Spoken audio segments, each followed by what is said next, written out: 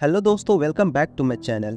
हमें बहुत अफसोस और दुख है जो कुछ भी दिल्ली में कार ब्लास्ट हुआ उसके लिए। जैसे कि बहुत सारे जाने माने चर्चित चेहरे सामने आए हैं जो इस दुखद घटना के बारे में सामने आके बताए हैं।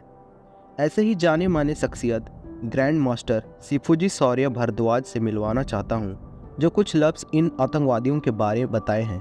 तो चलिए आपको दिखाते हैं। वंदे मातरम। दिल्ली के लाल किले मेट्रो स्टेशन पे जो है वो ब्लास्ट होता है।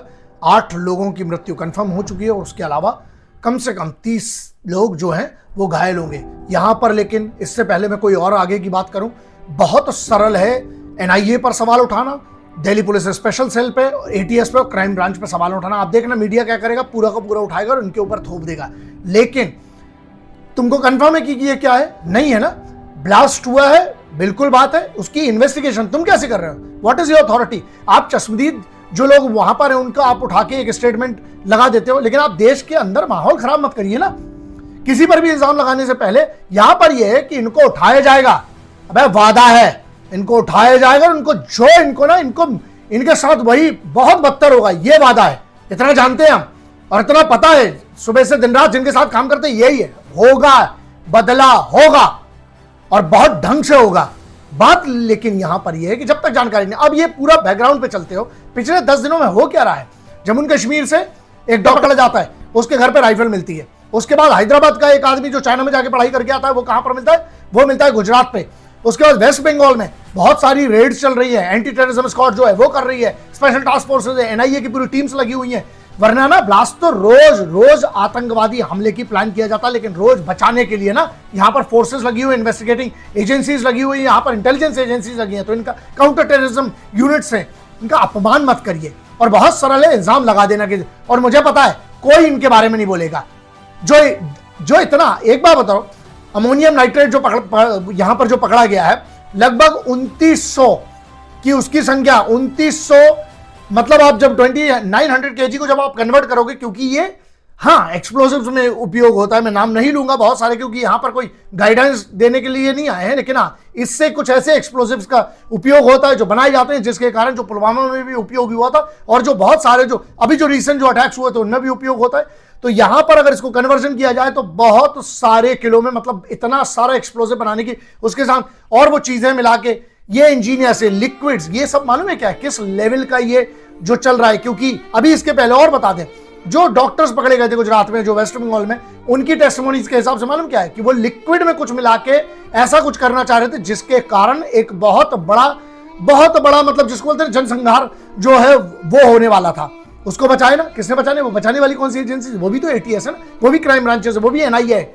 लेकिन बहुत सरल है इन पर इल्जाम लगाना। बहुत दुख इस बात का है, अफवाहें मत फैलाइए। असल में क्या हुआ है उसके लिए इन्वेस्टिगेटिंग एजेंसीज बताएंगी। उसके लिए एनएसजी अलर्ट पे कर दी गई है। उसके लिए जो दिल्ली पुलिस की स्पेशल सेल है वो ऑलरेडी, उसके बाद फॉरेंसिक जो है आईबी की वो लगेगी, एनआईए की लगेगी, फॉरेंसिक्स टीम लगेगी। इसके साथ साथ पे जो एनएसजी की ऑलरेडी पूरी एक बॉम्ब स्क्वाड है, और दिल्ली में तो मनेसर बाजू में ही है, और वहां पर नेशनल सिक्योरिटी गार्ड्स है, ब्लैक कट कमांडो जिनको आप बोलते हैं वो है, एटीएस है, क्राइम ब्रांचेस है, एनआईए है वहां पर, और जितनी सारी एजेंसीज की जरूरत है हर एजेंसी वहीं पर बैठी हुई है। हां, यह कहना जस्टिफाइड है कि एक बहुत सारी जानें बचाई जा सकती थी, लेकिन यह कह देना कि किसी की, एक व्यक्ति या किसी एक विभाग की लापरवाही के कारण यह बिल्कुल गलत है। मालूम है मुझे, मेरा उनका फोर्सेस का साथ देने में बहुत सारे लोग बोलेंगे कि अरे सर बचाया जा सकता, नहीं, इतना सरल भी नहीं होता है। तार जुड़ ही रहे थे ना। लेकिन जो फरीदाबाद में जो 2 घरों में जो बड़ी बड़ी रेड्स हुई हैं, उसमें जो एक्सप्लोसिव्स वाली बात हुई है, एक्सप्लोसिव में मतलब जो रॉ मटेरियल होता है जहां से एक्सप्लोसिव बनते हैं, वो हुआ है नाइट्रेट के बाद। लेकिन इसको रोका जा सकता था? नहीं रोका जा सकता। ये इन्वेस्टिगेशन का मैटर है। कृपया करके फोर्सेस का मोरल डाउन मत करो हरामखोरों। बहुत मेहनत लगती है तार से तार जोड़ के, बहुत किसी एक यहां तक पहुंचना और उसके बाद उसको न्यूट्रलाइज करना बिफोर द अटैक।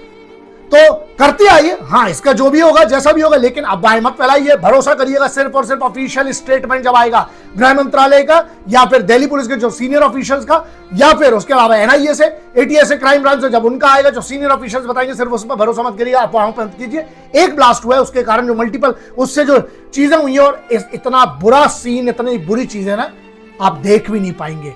तो इसलिए प्रार्थना करिए, और उनके परिवार वालों के लिए ना और दुख मत क्रिएट करिए ये बात बोल के कि बहुत सारी पता जाएगा ना, इतनी एम्बुलेंसेज अगर निकल रही है तो कुछ तो बड़ा हादसा हुआ है ना। छुपाना गलत है, लेकिन गलत बताना भी उससे ज्यादा गलत है। तो मैं प्रार्थना करता हूं, आप भी प्रार्थना करिए और अपने आसपास थोड़ा सतर्कता बरतिए। अगर आपको कोई भी ऐसी चीज दिखती है जो आपको लगता है संदिग्ध है, तो वो आपके पास 50 नंबर है ऑनलाइन, आप चेक कर सकते हैं। 100 नंबर पे फोन कर दीजिए। आसपास के पुलिस थाने में जाते हुए थोड़ा सा अपने नागरिकता का एक थोड़ा सा जिम्मेदारी लेके एक नागरिक के तौर पे आप जाके उनको इन्फॉर्म कीजिए। बाकी सब लोग सतर्क रहिए, आसपास थोड़ा सा देखते रहिए। अगर कोई भी संदिग्ध चीज, वस्तु या किसी का संदिग्ध व्यवहार दिखता है तो ध्यान रखिए, भारत के जो जितने भी मेट्रोज हैं कृपया हाई अलर्ट पे इसको समझिए। और जब नॉर्मल भी होता है तो चाहे मॉल्स हो, चाहे स्टेशन हो, चाहे बसेस हो, हर जगह पर आपको थोड़ा सा अवेयर होना है। शायद आपकी एक अवेयरनेस से ऐसे हादसे बचाए जा सकते हैं। जय हिंद, वंदे मातरम, इंकलाब जिंदाबाद, भारत माता की जय। आपको अच्छा से मालूम है हमारे भारत देश में काफ़ी ज़्यादा खतरा मंडरा रहा है, लेकिन लगभग यही 40 साल पहले भारत का शान बान जो पाकिस्तानियों की धूल चटा चुका है, जिनका नाम है मेजर जनरल GD बख्शी, जो आर्मी में रहकर भारत के दुश्मनों को मारकर हमारे देश के बॉर्डर से भगा चुके हैं। आपको सुनाना चाहता हूं उनकी अनुभव, उनकी ही जुबानी। सुना मैंने 37 साल जंग नहीं मारी फौज में, मैं जानता हूं इनको, मैं लड़ा हूं पाकिस्तान के कुत्तों से, पाकिस्तान की फौज से। ये फौज को आड़े हाथ नहीं लोगे, हमारी मुसीबत खत्म नहीं होगी। कल फिर ऑपरेशन सिंदूर 5, 6, 7 क्या करना चाहते हो? अर्जुन युद्ध कर, हे अर्जुन युद्ध कर, ये गीता में लिखा है। अब युद्ध का टाइम है तो युद्ध करने दो। हाँ, हम युद्ध नहीं चाहते, तुम नहीं चाहते, पाकिस्तान चाहता। वो मानेगा नहीं जब तक उसको युद्ध ना मिले, और उतनी लात ना पड़े जब तक कि वो अंकल ना बोले, ठीक है? और मत डरो कि ये 1.5-2 पौए के बम चलाएगा, मत डरो। अगर थोड़ी सी भी प्रेरणा मिली हो तो हमें खुद से वादा करना है कि इन दुश्मनों से एकजुट होकर लड़ना है और हर हाल में हमारे देश को इन आतंकवादियों से बचाना है। आपका बहुत बहुत धन्यवाद कीमती वक्त देने के लिए। मिलते हैं अगले वीडियो में।